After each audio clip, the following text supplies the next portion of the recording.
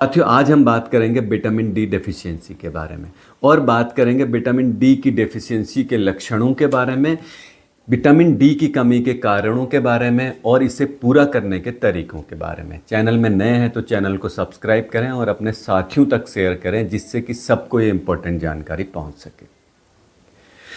आगे बढ़ें इससे पहले थोड़ा सा ये जान लें विटामिन डी काम क्या करता है, विटामिन डी का काम क्या है हमारे शरीर में।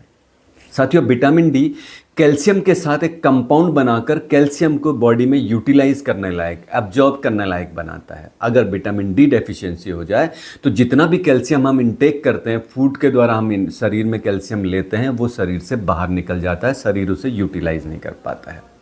जैसा कि हम सभी जानते हैं, कैल्शियम से ही हमारी हड्डियां बनी हैं, हमारा स्केलेटन सिस्टम बना हुआ है।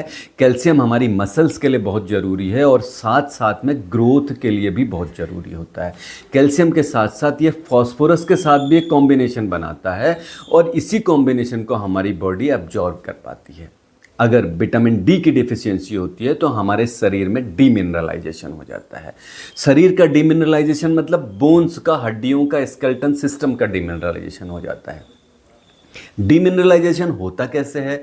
हमारे शरीर खून में जो कैल्शियम की कमी हो गई है उसको पूरा करने के लिए हड्डियों से कैल्शियम को निकालता है। इसके लिए पैराथायरॉयड हार्मोन एक्टिवेट होते हैं, हाइपर पैराथायरॉयडिज्म, एक स्पेशल हाइपोथायरॉयडिज्म और हाइपरथायरॉयडिज्म तो आपने सुना है। हाइपर पैराथायरॉयडिज्म, पीटीएच हार्मोन जिसे कहते हैं, वो रिलीज होता है। वो हमारी बोन्स को डीमिनरलाइज करता है, हड्डियों से कैल्शियम और मैग्नीशियम को निकालता है और खून में उसकी कमी पूरी करता है, जिससे हड्डियों में कैल्शियम की कमी हो जाती है और हड्डियां नरम होने लगती हैं। इस कंडीशन को कहते हैं ऑस्टियोमेलाइसिया। तो इसके लक्षणों के बारे में बात करें, जांच करना तो दूर की बात है, ये बात की बात है। उससे पहले अगर हम लक्षणों के बारे में बात करें कि कैसे पता चलेगा विटामिन डी डेफिशिएंसी हो गई, इसके पहले शरीर कुछ लक्षण देता है।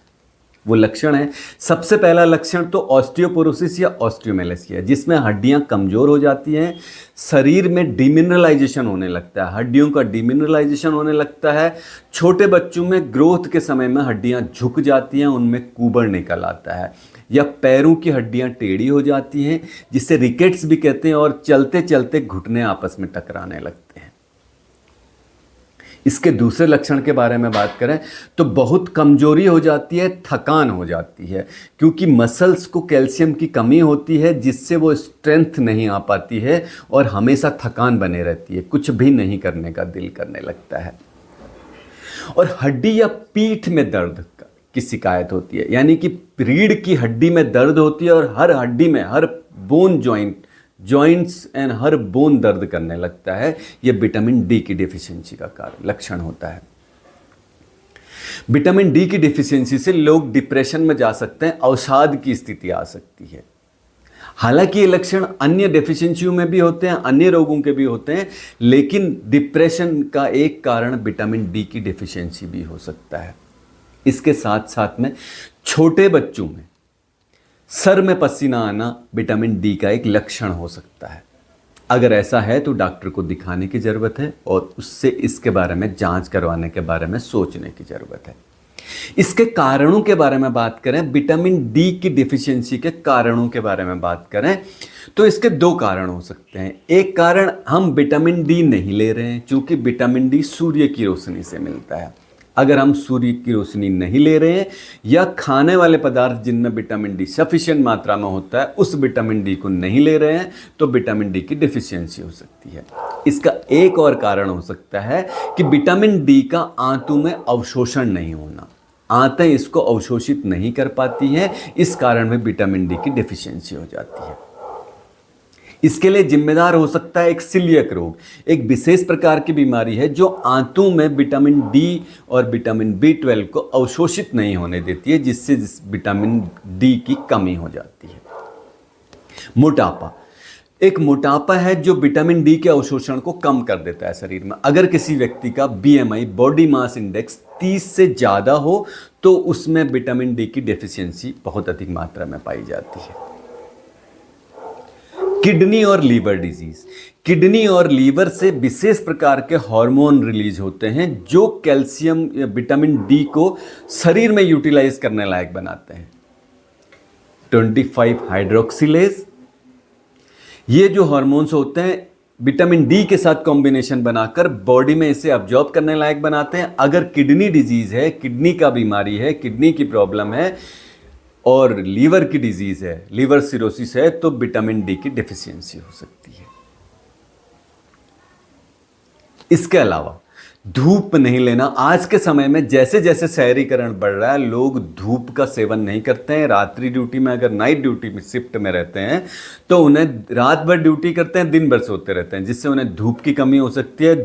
क्योंकि विटामिन डी सबसे ज़्यादा धूप में मिलता है, सनसाइन में मिलता है। सूर्य की किरणों में पाए जाने वाले अल्ट्रावायलेट रेज जो हैं वो हमारी स्किन में इसका निर्माण करते हैं। स्किन अल्ट्रावायलेट रेज की मदद से विटामिन डी का निर्माण करती है। अगर सूर्य की रोशनी नहीं मिलेगी तो विटामिन डी नहीं मिलता है। ये एक इसका मेन कारण हो सकता है।